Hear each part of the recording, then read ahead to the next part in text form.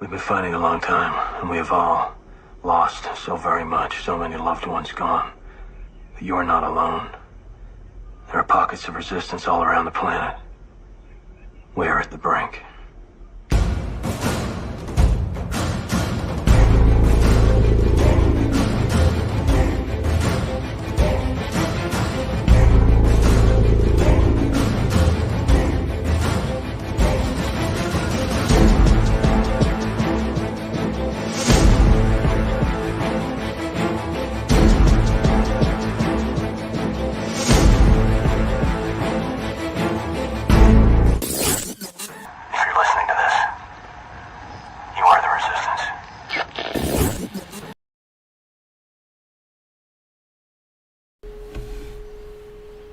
Hey, welcome everybody. It is that time of the week. It is time for your weekly SITREP.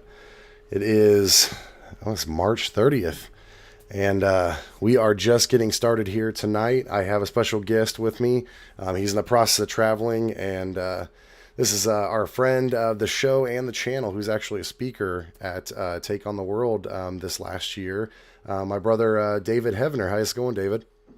Hey, Sampson, how are you, brother? It's good to be with you and all of the gatherers out there. Yeah, we're glad to have you on, and some important occasions, because for those of the people who are listening who didn't get to come to the conference last year. David has been working on a huge project in media, in the media sphere. And I wanted to bring him on tonight so we could talk about that and get those who didn't know, kind of caught up to where you're at and what you've been working on and what you have coming up here pretty soon, right? Yeah, thank you. Yeah, Last Evangelist has been something God gave me about 3.5 years ago. It's a TV series. I wrote it. Well, he wrote it through me. But basically, it deals with churches being shut down, and I play a cop, and I bust underground churches that don't register with the government. And sound familiar? Right. And that was before the lockdowns, And so I hear God's voice and try to figure out what's going on. Who is this? And I wake up blind. That sounds familiar too. And so God reveals to me that, hey, I am God, and I have chosen you to go out and expose the Antichrist in these last days. So with a Bible in one hand, a gun in the other, I set out to find out really what's going on with cashless society, Mark of the Beast, and all these different things. So we just finished the first episode, and it'll be coming out April the 30th. And we're doing more episodes, but we're doing it financed by God's people. God said, don't go to the studios. Just keep it in house. So that's what we're doing, Sampson. Yeah, that's awesome. And being a big partaker in media myself, I mean, I like a good story, and following a lot of the Christian stuff. I think the Chosen has done a really good story, and yeah, they're not 100% like following the biblical, but they're trying to be entertaining while still trying to get the message of the gospels out there. And I think they do a really good job, but I think we've been missing in media, Christian media, for so long. I mean, I've watched a lot of, Christian movies, and there are only a handful of them that I thought were actually a good quality, good storyline, good, where they actually put some money and effort into some CGI, some props, some effects, some locations and things like that. Because a lot of times it's very corny, and it just doesn't hit home because it's so far abstract from reality, and you're trying to push an actual a show that I would want to watch, kind of like a Blade Runner-esque futurist, dystopian future type show with a Christian message in it, correct? Yeah, that's right. It's a little bit more than that, even, because we can't compete with when you talk about Blade Runner. If they were making Blade Runner today, it'd be a $200 million project. Sure. But the thing that we can compete with is a heart of the story, and really that's what I feel like Last Evangelist is. It really is relational. It deals with what's it like to get a vaccine? What's it like for the vaccine to go bad? What's it like to really have to arrest a Christian, for real, not some pie in the sky kind of thing, but what does a person go through who is arresting? Think of the Holocaust, the Germans, what they had to do to the Jews. That Germans had to have a heart. I mean, it had to be somebody going, oh my God, what am I doing? So it walks us through this human part of us, and it connects, I hope to the spiritual part of what God's trying to say. But yeah, what you're saying is absolutely correct about Christian films. And there's two aspects to that. Being an indie filmmaker, I've had to make movies with nothing, and you have to create something. So I know what it's like not to have money, but it doesn't mean it has to be hokey.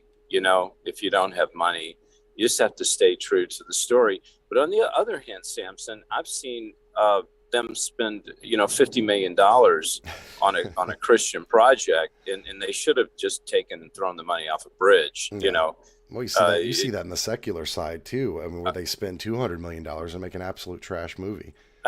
Absolutely. So money only plays a part when someone knows what to do with the money. So you could have all the money in the world, you don't know what to do with it, and it turns out to be yucky.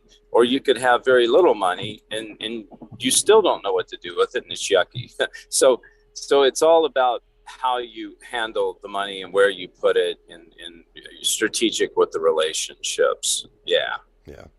Well, let's go back before we go a little bit further into talking about what's coming for the future.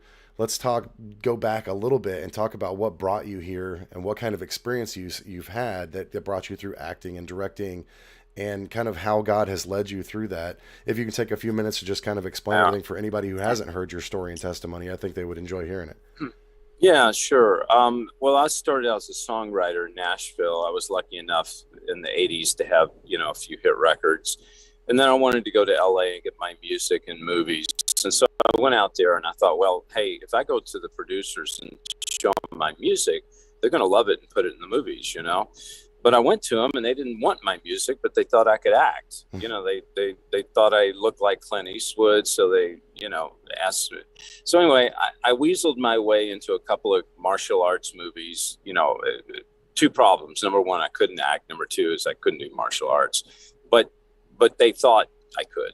And so after I pretended like I could do it for so many years, I finally ended up doing it, and so 50 movies later, directing, writing, producing, and acting with stars. I mean, some of these guys were Academy Award winners. God really blessed me with working with.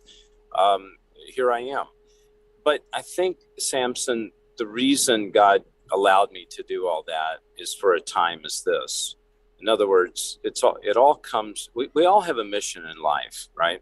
A purpose when we're created.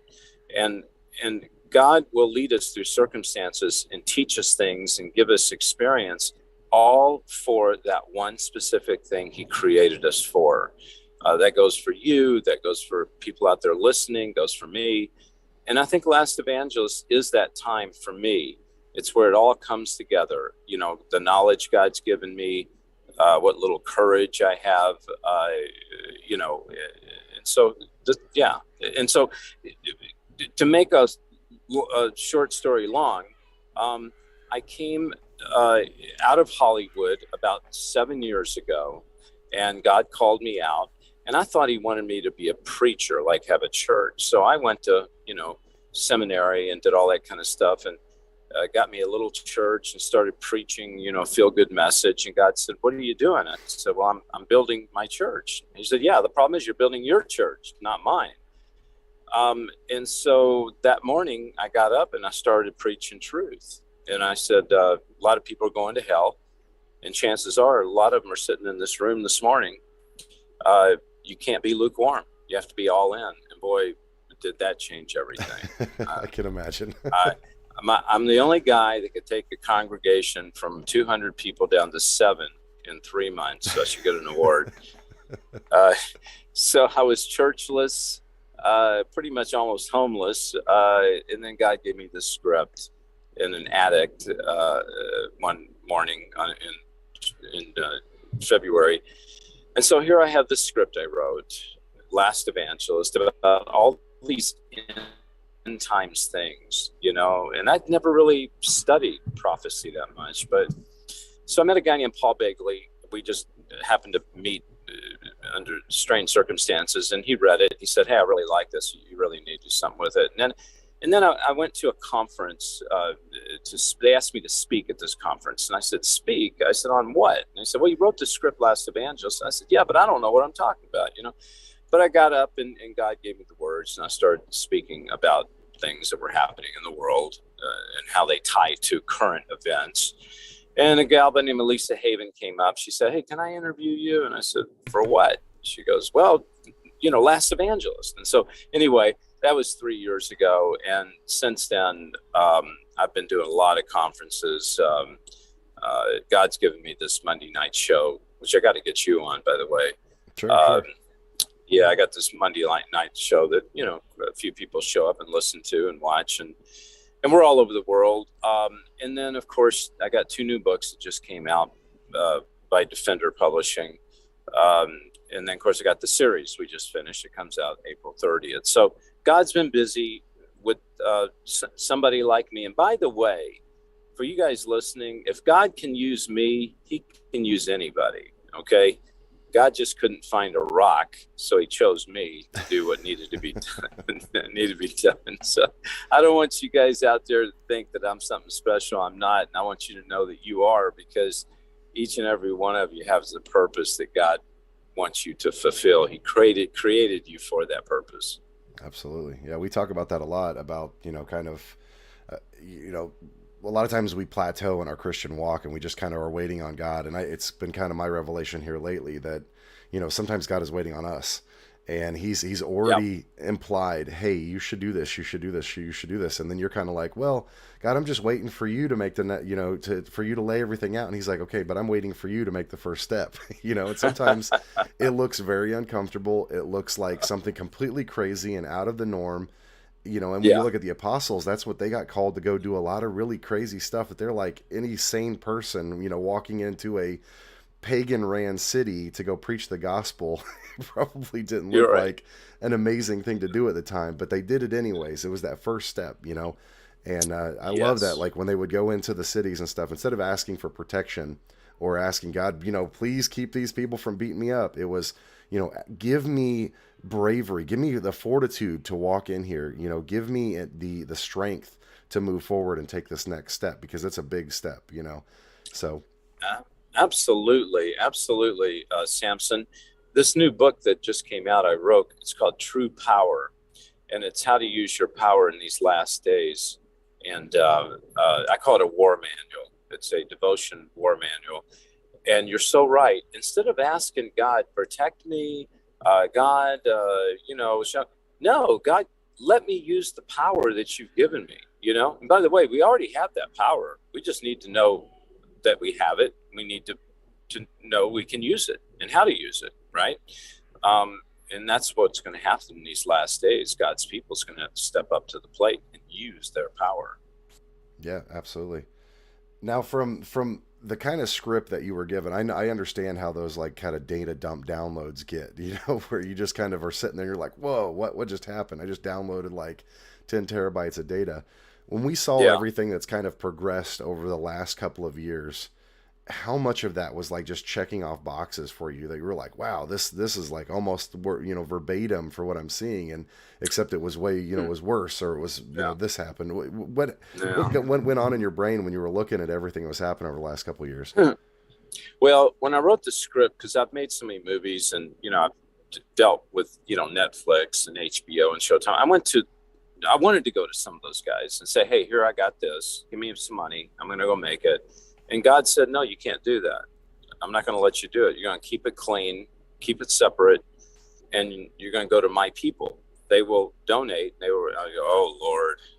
To my wife, there's 2 things I don't want to do. I don't want to dig ditches or be a preacher asking for money. And now look at me. I understand. But, so I wanted to run out and do it immediately. This was 3.5 years ago. Now, if I would have had my way, it would have already been filmed. It would have been out way before this pandemic. It would have been there and done that, right? But God has this timing. And so as I'm sitting here going, God, it's taken so long to do this. And all of a sudden, churches get shut down. And all of a sudden, you got a virus, and you got a vaccine, and you got blah, blah, blah. And you're right. I'm checking boxes off going, Lord, what in the world is going on? This is what's in the script right here. So, yeah, that's really what Last Evangelist is all about. It's think of this. Think of CSI. I don't. Do you watch cop dramas, or have you watched them on? Oh yeah, well, I'm very aware. I like the more realistic cop shows. I wish I was kind of mad at the whole BLM thing because all of the cop shows that I liked just disappeared. But yeah, no, I'm very familiar with a lot of the CSI type, Dum, Law and Order. I know, all those. I know. Yeah. Order. Yeah. And so I tried to make it realistic. I mean, look, Last Evangelist is in a world of its own. Even though what's happening in the world that happens in Last Evangelist, it's still kind of in a world of its own. You'll know when you see it. But I tried to make it real within the world that it's in, almost like a Star Trek, type thing. It's certainly not a huge production because we didn't have that kind of money, but I tried to keep it real and true to what it really is. And what it really is, I believe Sampson is telling us what is actually happening, even though people are living in it, they're not realizing it. But now when you watch Last Evangelist, you go, wait a minute, that just happened to me. And number two, what do we do about it? What is human nature? How do people really respond to this when they're forced to take a vaccine?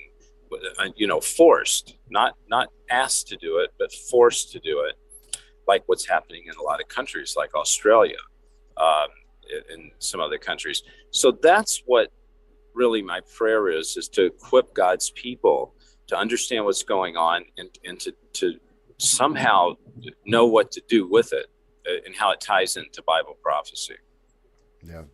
Well, I definitely think that with everything that has happened recently, to actually take like a 2020 hindsight view from a Christian perspective and kind of go, this could have went south really quickly.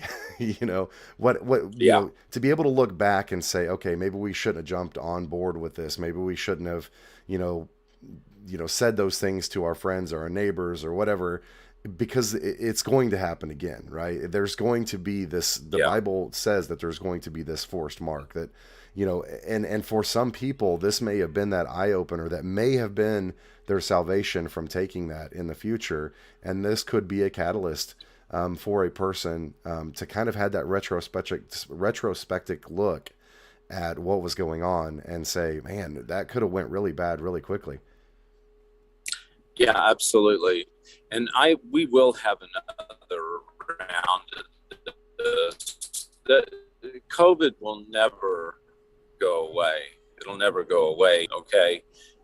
So don't think we've seen the end of that. But Last Evangelist, episode 2, deals with cashless society. We're going to have a great financial reset. I don't want to get into episode 2 right now because we're just dealing with episode 1, but right. But we're going to get hit financially. It's going to be a great reset.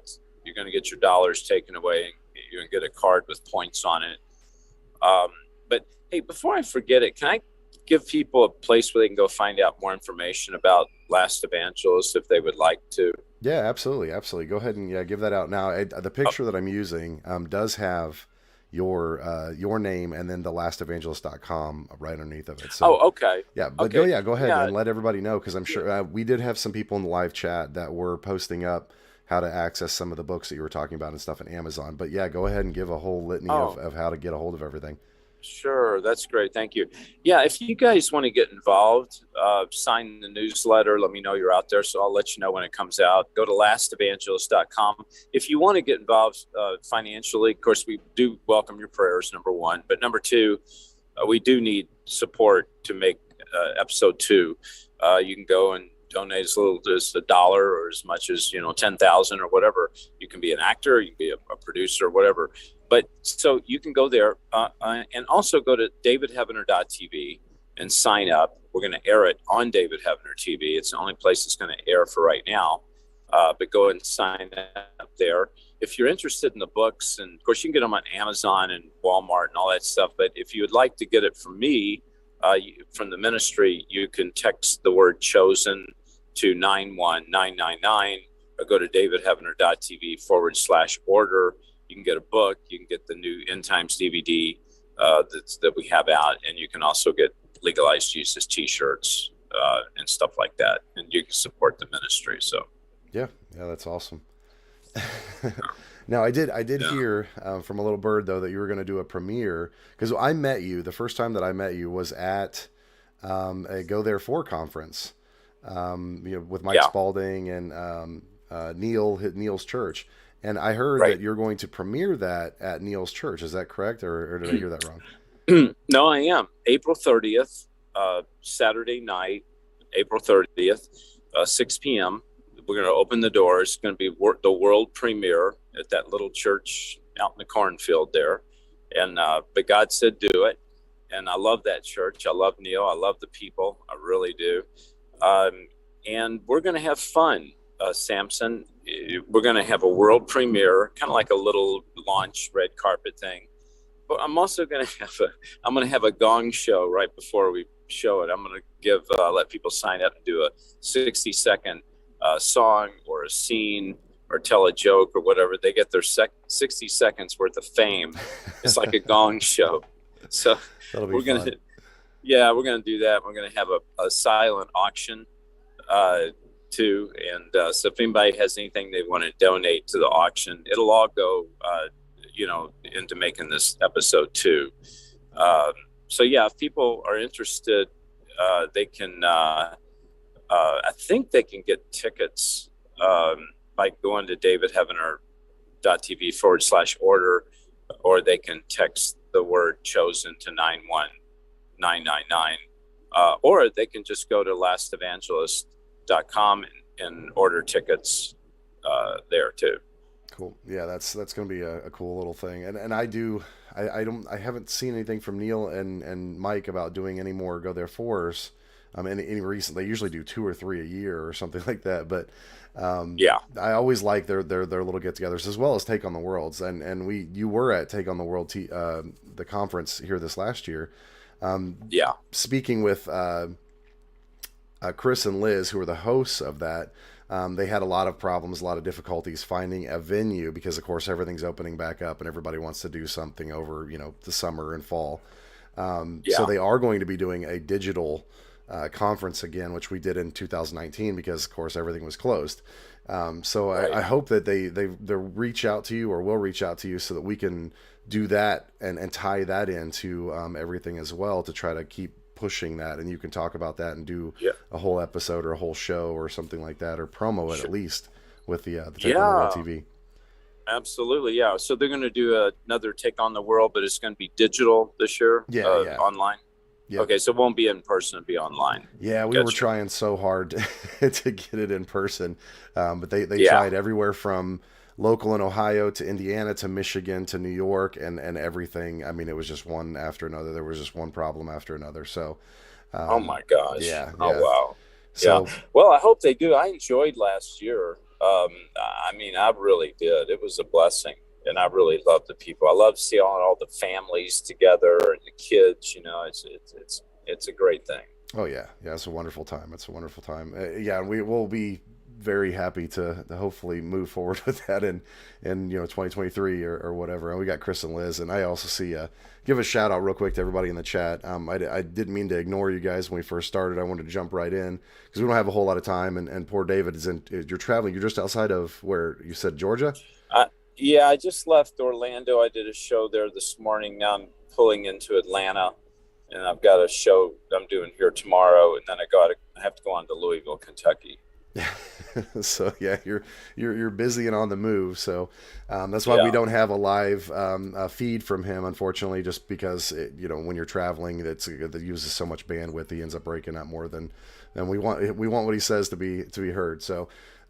Yeah. And Daniel, my co-host, he had a lot of things that he was doing tonight, and we really just kind of wanted to put this together because um, your wife and my mother had been chatting and talking, and I'm like, hey, let's get him on tonight and let's talk about this. So, Yeah. but And I'm yeah, so glad. Thank you very much. Appreciate it. yeah, it's no problem. And Ian, because Ian is in Ohio, he's not too far away from Neil's church. So Ian, you're gonna have to get everybody together. That's Gym City Freedom Fighters in the chat here, and let them know that premiere is going to be happening there. If anybody wants to jump in and join into that, I think it was only like a 30-minute drive from his house. So Yeah. it's Yeah. not too. Yeah. I really want this to be special. I really want it to be, well, it's going to be successful even if two people show up, because we're two or more gathered in his name, there it will be. But I really want it to be, because it's going to be the beginning of of a film festival. I want to do a yearly Christian End Times Prophecy Film Festival. And I want this to be the launch of it. I'm going to announce it there.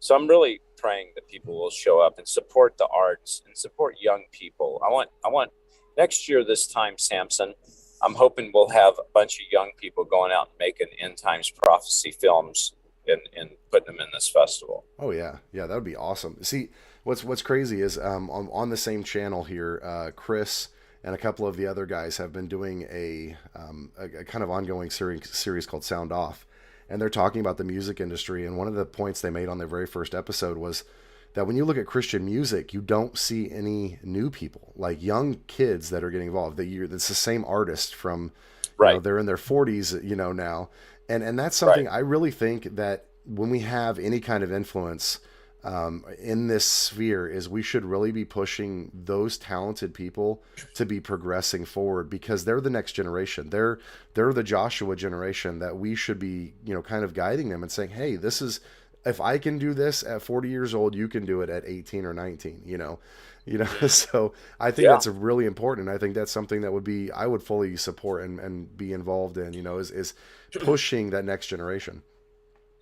Yeah, well, that's the reason I'm doing this. I don't need to do a premiere and have a whole lot of people show up and, pat me on the back or whatever. I mean, that's not what this is about. This is really about reaching out to people and saying, look, we need to reach out to the young generation through the arts, and this is the way to do it.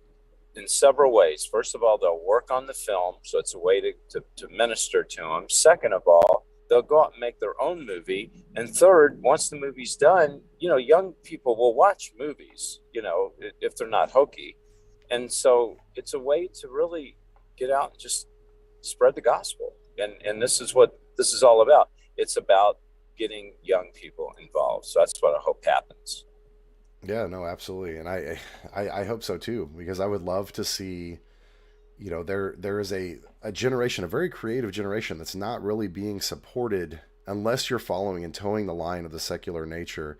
They're not being supported. Right. And I really think that the churches are kind of lacking in that. It's like come to Bible, come to Sunday school and that kind of stuff. Like they have their little bands and their church choirs and things like that. But to really like push an indie Christian rock band or rap group, or Right. somebody who wants to produce content, using their garage and some camera equipment and stuff. I mean, especially with CGI, some of the amazing stuff that I'm seeing with just digital CGI overlaid on camera work, it's amazing. Some of the things that are happening, out in the secular world, you're talking 16, 17-year-olds that are creating content that is rivaling some of the mainstream media stuff. And, I think it's awesome. And I really think we should definitely push that and inspire that, because without that, we're going to lose a generation. I mean, the entertainment, if you don't keep sustaining that, it's like that Seven Mountain,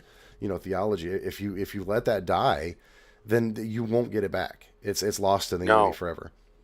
Yeah. And more, or they'll go off in a corner and they'll see, God gives us, we're born with a desire to do art, right? To perform, creative. to Yeah. create, right?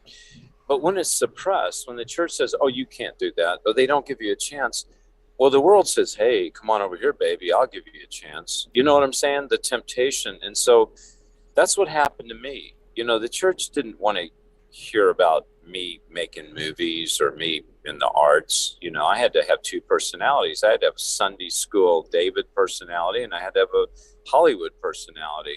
And so I was two different people, and I was being successful, but still the church didn't want me to bring Hollywood into the church. And, and then one night I melted, God melted me, and I literally died. I really believe I died. When I came back up, I was integrated. My Hollywood David married my Sunday school David, and I became one person.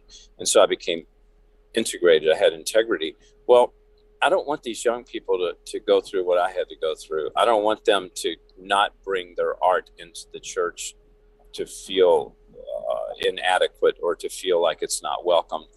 I want the church to embrace what they have, and I want us to mentor them, And so I'm hoping, Sampson, this is the beginning, this event of a yearly film festival. Even, it doesn't have to be a lot of films, but we got to start somewhere, like you said, right? Yeah. And I think, when it comes to this bringing the youth in and taking this over, yeah, I mean, I have seen that with the church where they want to shape you into the way the church wants you to be and not the way God wants you to be sometimes. And yes. there are gifts and talents that are being underutilized, and you're being forced into the choir, or you're being forced into painting the halls or whatever, when you could really be doing something beneficial for the kingdom, utilizing the gifts that you have. And then we really should, push that and keep that, because just like you said, if you don't, then the enemy is going to tempt you, because you're given that gift, right? And that gift is meant for either glorification of the kingdom or glorification of yourself.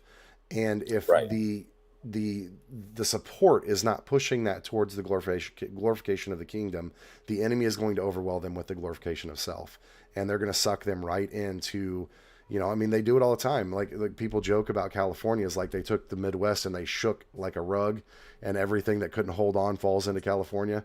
And that's sad, but when you go, you have, but I think for most of the people, if you haven't been to California, if you haven't had that experience or had people or known people who went out there to try to chase fame and ended up, working as a waiter or, into drugs and then selling themselves on the streets, that's an everyday occurrence for people who tried to chase after this dream because there was no one supporting them at home. And yes, I really do agree with that. I think, for whatever God's purpose is for that person, we should definitely be encouraging them and pushing them forward.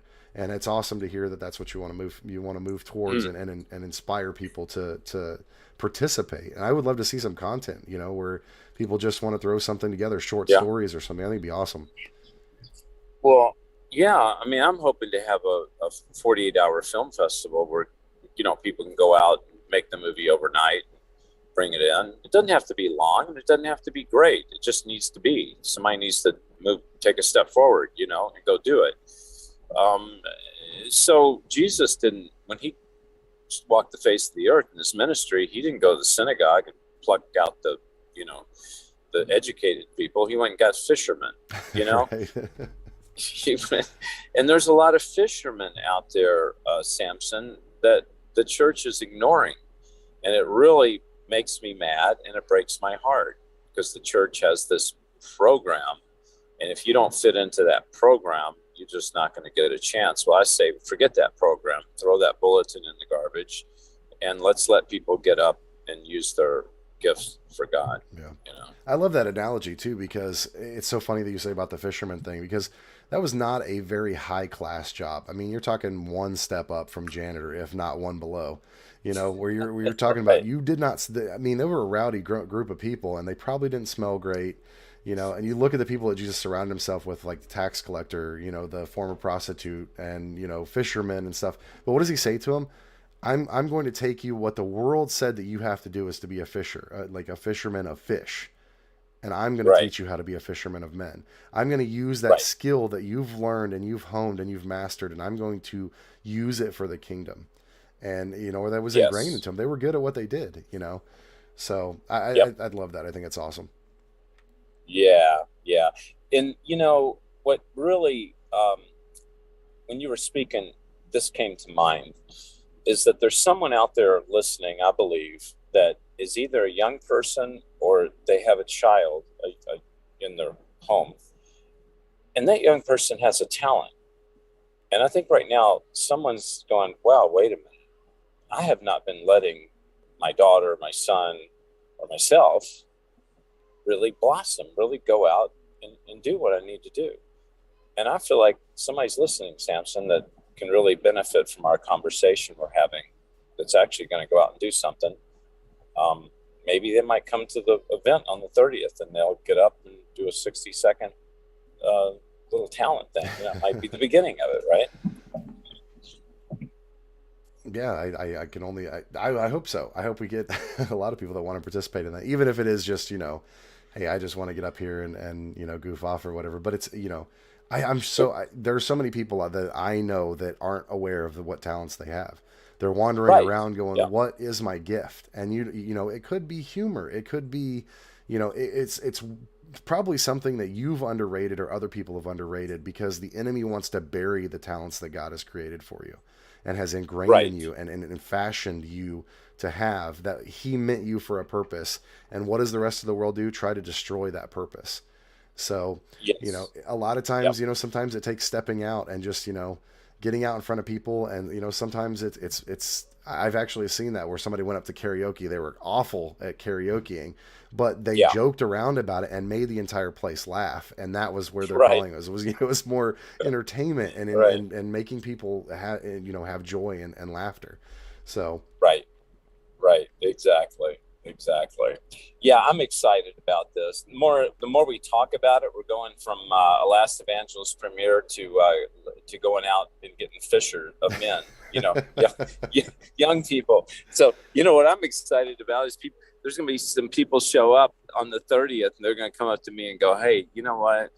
I want to make a movie, or I want to be in this 48-hour film festival." And I'm going to take signups there that night. If people want to come up and sign up, I'm going to take signups from when we have the film festival, and I may even set the date and announce it on the 30th too, when that festival is going to happen. that's awesome. Yeah. And do you remember what town Neil's church is? I'm sure I could look it up, but do you remember where that? I know it's just outside of Dayton, but I can't remember if Ian is still It's in Brookville. Brookville. It's Brookville. Yeah, and I think they call it the World Harvest Church. Yep. And there's and if you go to lastevangelist.com, there should be a poster on there, and Shanita has that poster. I was hoping she would send it to you. But if anybody's out there on chat and they've got a hold of that poster, maybe you'll share it with people, because I don't have the address or anything. I know it's in Brookville. It's at the World Harvest Church. And that's kind of all the information I have on it. I'm going to try to put up the link. It didn't let me do it through there. I have to log back in here. Yeah. Not as the... And if somebody cannot find the information or cannot get to where I'm saying to go, they can always email me. You can email me directly to david@davidheavener.com, david@davidheavener.com, and put in the subject matter Sampson, and then I'll kind of know to open it up, and I'll get the information to you. And we'll put the links for the for your website and some of the other things in the description of this, so that if you guys want to after the fact, I'll go drop those in. Some people are trying to put everything in the chat there. So yeah, anything else you want to add or you want to talk about? I mean, we got a few more minutes. And anything else you want to, what you're looking forward to with this series and what I mean, anything, whatever's on your heart. Yeah. Well, we have to understand we're coming into a time that the disciples, the apostles, the prophets, they wish they could see this time. They talked about this time.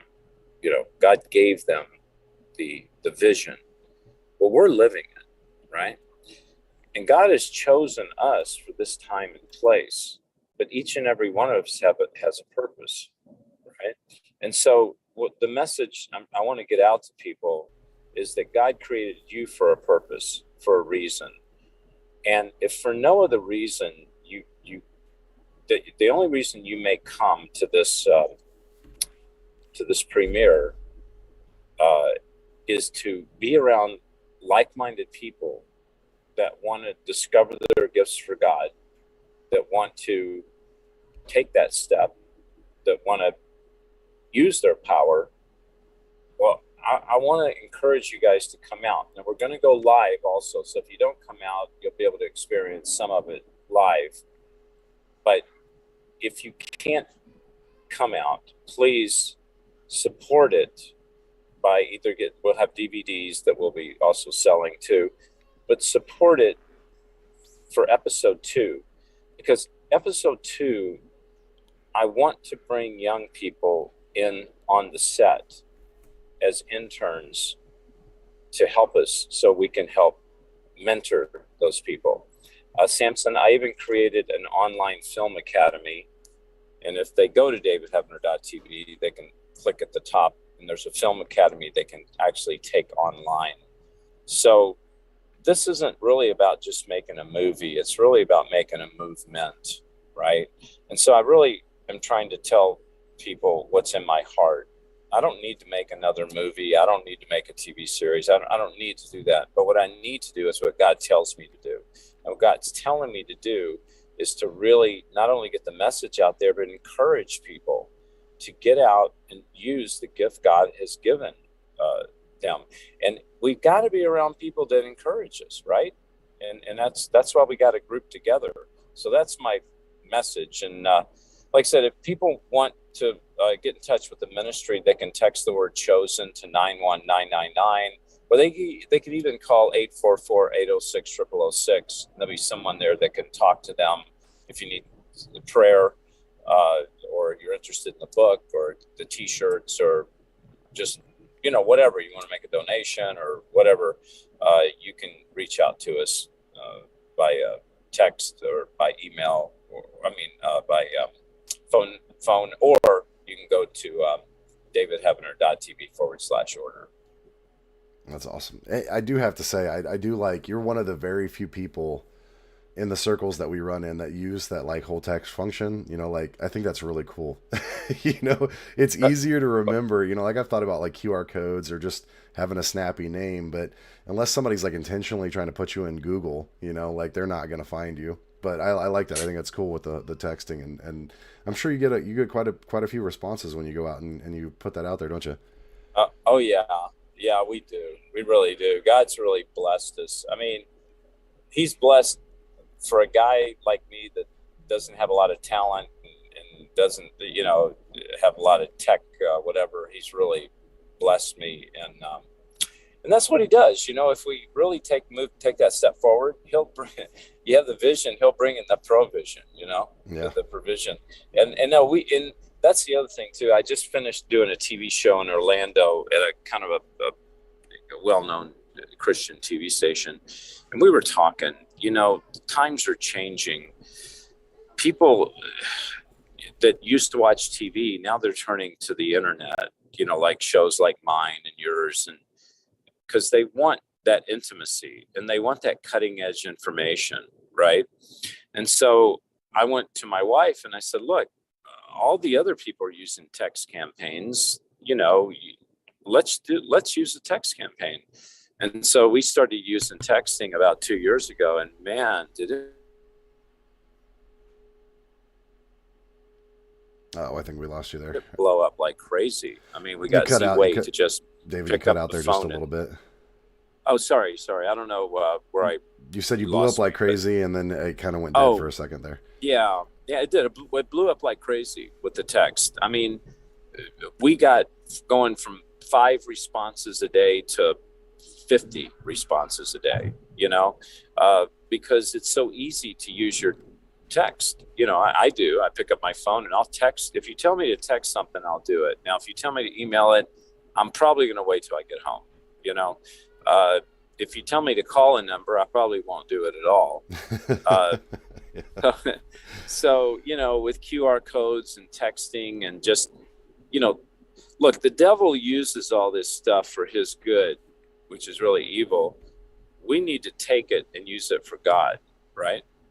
And so that's what we need to do.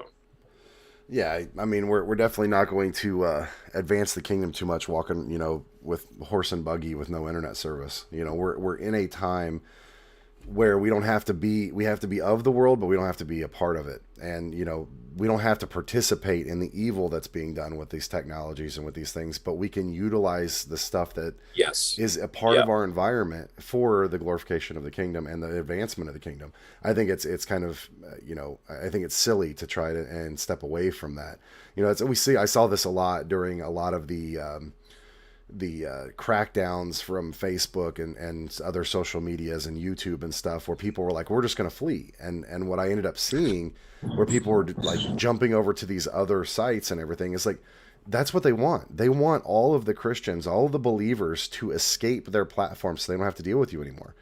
So the easiest way is to just get you to go somewhere else. We're supposed to stand and fight, not run away. So I think that, you know, with a lot of these things, we need to kind of look at it like, how can I use the skills? You know, like I'm good with, you know, creating overlays and internet and techie stuff, and so that's why I do what I do. I could be doing what I was doing before, which was using Twitch as a platform to stream gaming, you know, and drinking a beer and playing video games. But instead, I decided to take my knowledge and use it for the kingdom and the glory of God. We all should be doing that. We should all be searching about what kind of skills and what kind of things has God put me in circumstances that I've learned from that I can utilize for his glory, regardless of, well, the enemy uses it for this. Well, the enemy uses everything. The Bible is not coy about calling him the prince and the king of this earth, right? Or the God of this earth, little g. So he's going to use all the tools at his disposal. But that doesn't mean that we can't use that to battle him and take back territory. So, you know, I'm glad that you're out and you're fighting this, you know, this atrocious monster that's out there, you know, in the Hollywood, you know, scene, and trying to do something for the kingdom. Because I think that's that's something that there are very few people that I respect. Yourself and Rob Skiba, you know, the late Rob Skiba was trying to push his seed, and I hope that somebody picks Seed up at some point, because that was a great project. I mean, I think it won some film awards and stuff just on his first episode.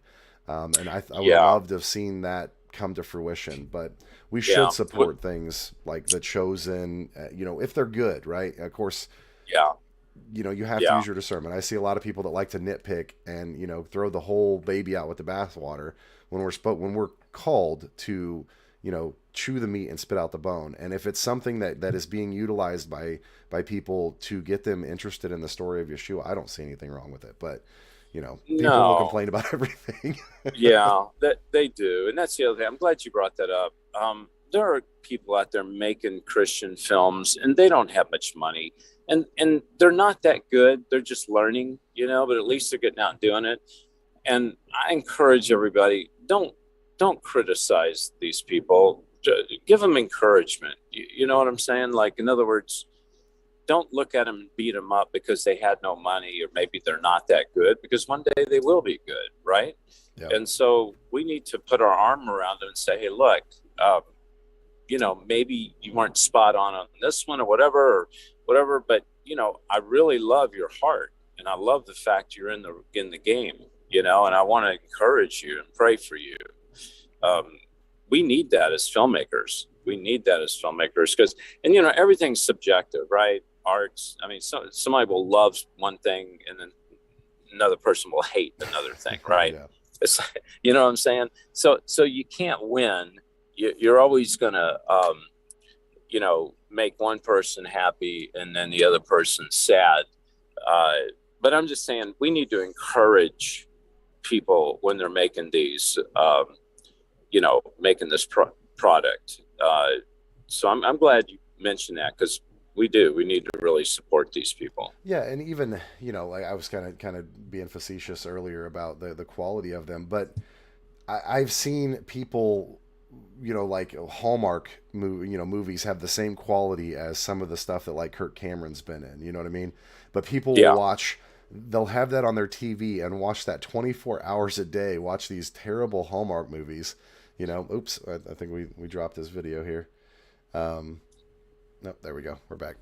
Yeah. But yeah, they'll watch these terrible Hallmark movies, or even worse is like these these reality TV shows that have like zero budget. There's a mic, a guy with a boom, and then there's a camera guy, and they walk around and follow these people around. But you'll watch that kind of show, but you can't watch something with a positive message because the quality isn't there or whatever. Which I really think we should change our mindset on that. Like if it's giving a good message, we should support the people that are putting out that program, because at least they're trying. They're trying to put something out. Yeah, exactly. I mean, and that's something that I never understood, coming from a music business. The Beatles recorded on a 4-track.